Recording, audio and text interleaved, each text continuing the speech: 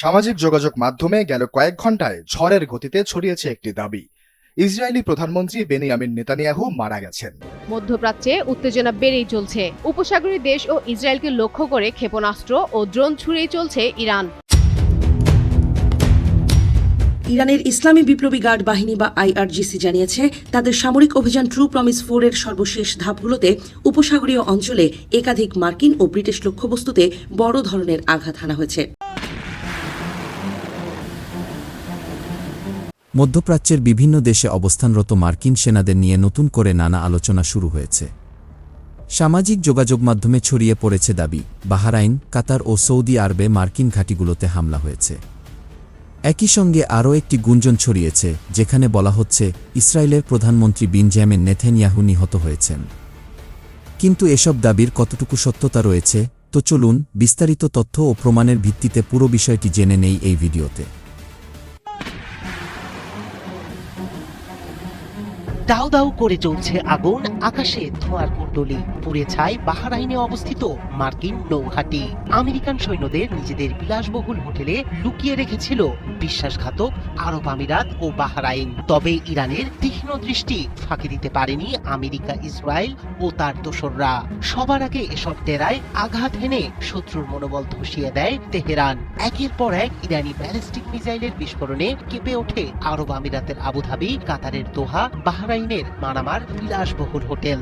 গোপনে এসব হোটেলে আশ্রয় নেয়া মার্কিন সৈন্যদের নিরাপদ ডেরা মুহূর্তেই পরিণত হয় টার্গেটে। খামেনির যোদ্ধাদের ছোড়া শক্তিশালী মিসাইল আর ড্রোন ছিন্ন ভিন্ন করে দিল সেই আড়াল। সাইরেনের শব্দে আতঙ্ক ছড়ালো পুরো অঞ্চলে।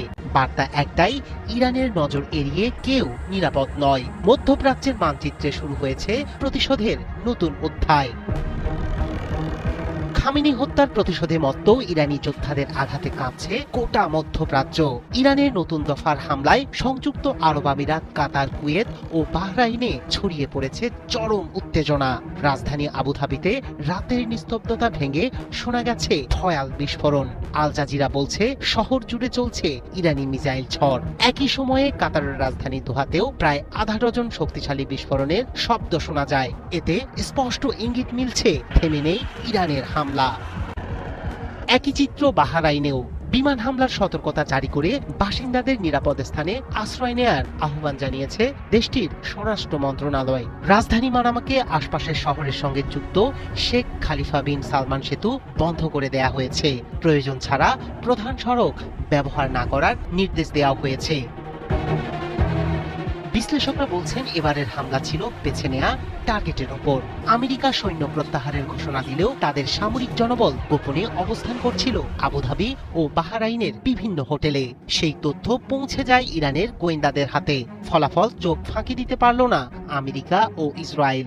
ইরানের শক্তিশালী ব্যালিস্টিক মিসাইল ও ড্রোন সরাসরি লক্ষ্যবস্তু বানায় আবুধাবির হোটেলগুলোকে, যেখানে অবস্থান করছিল মার্কিন সামরিক সদস্যরা। সূত্র বলছে আবুধাবিতে ইসরায়েলি নাগরিকদের উপস্থিতিও তুলনামূলক বেশি।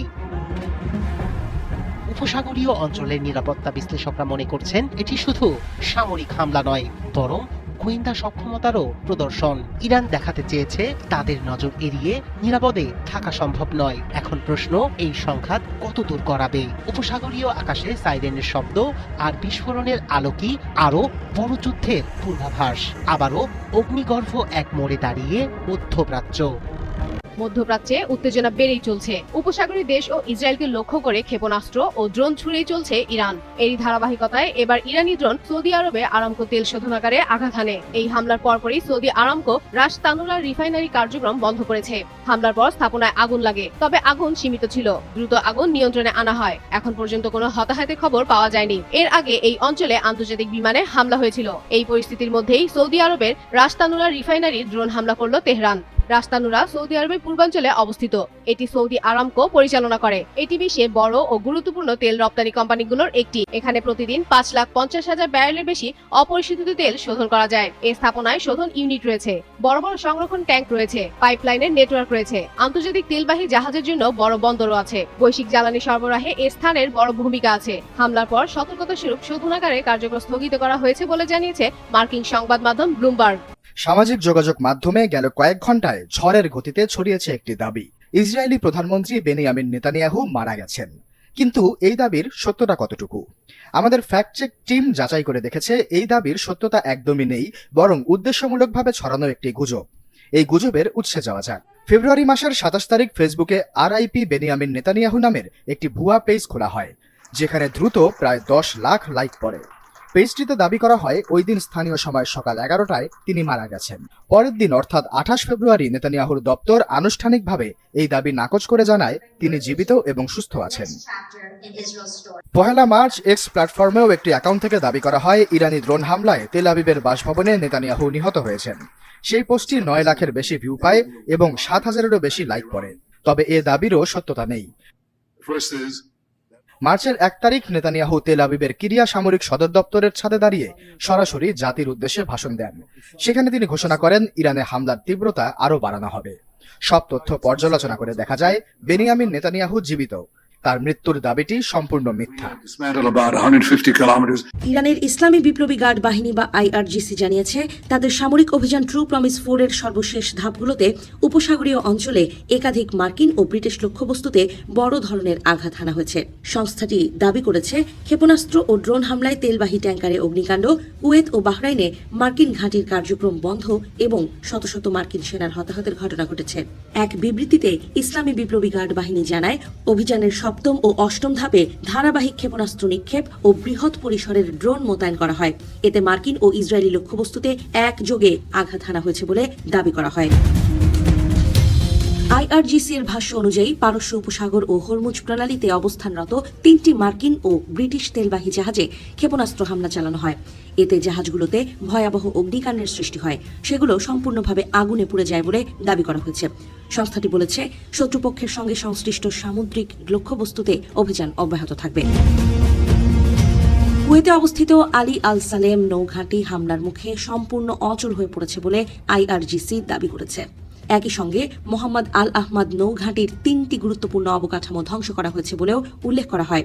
বাহরাইনের রাজধানী মানামায় অবস্থিত মিনাস সালমান নৌঘাঁটিতে 4টি ড্রোন হামলা চালানো হয়েছে বলে জানানো হয়েছে, যেখানে কমান্ড ও সহায়ক কেন্দ্রগুলো মারাত্মকভাবে ক্ষতিগ্রস্ত হয়েছে।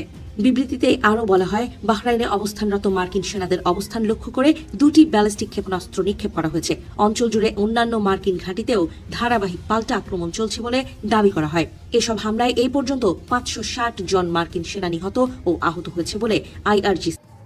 বাহরাইন, কুয়েত এবং সৌদি আরবে ইরানের হামলাকে ঘিরে এখন চাঞ্চল্যকর তথ্য সামনে আসছে। প্রিয় দর্শক, এরই মধ্যে সামাজিক যোগাযোগ মাধ্যমে একটি গুঞ্জন উঠেছিল ইসরায়েলের প্রধানমন্ত্রী নেতানিয়াহু শহীদ হয়েছেন। প্রিয় দর্শক, এই বিষয়টি পর্যালোচনা করে দেখতে পাই যে এটি মূলত একটি গুজব। প্রিয় দর্শক, এই বিষয়টি নিয়ে আপনাদের কি বক্তব্য তা অবশ্যই আমাদের কমেন্ট করে জানাতে ভুলবেন না। আর হ্যাঁ, আপনি যদি আমাদের এই চ্যানেলে নতুন দর্শক হয়ে থাকেন তাহলে অবশ্যই চ্যানেলটি সাবস্ক্রাইব করে বেল বাটনটি অন করে রাখবেন। আজকের মতো এখানে বিদায় নিচ্ছি। দেখা হচ্ছে পরবর্তী কোনো একটি ভিডিওতে। ভালো থাকবেন সবাই। ধন্যবাদ সবাইকে।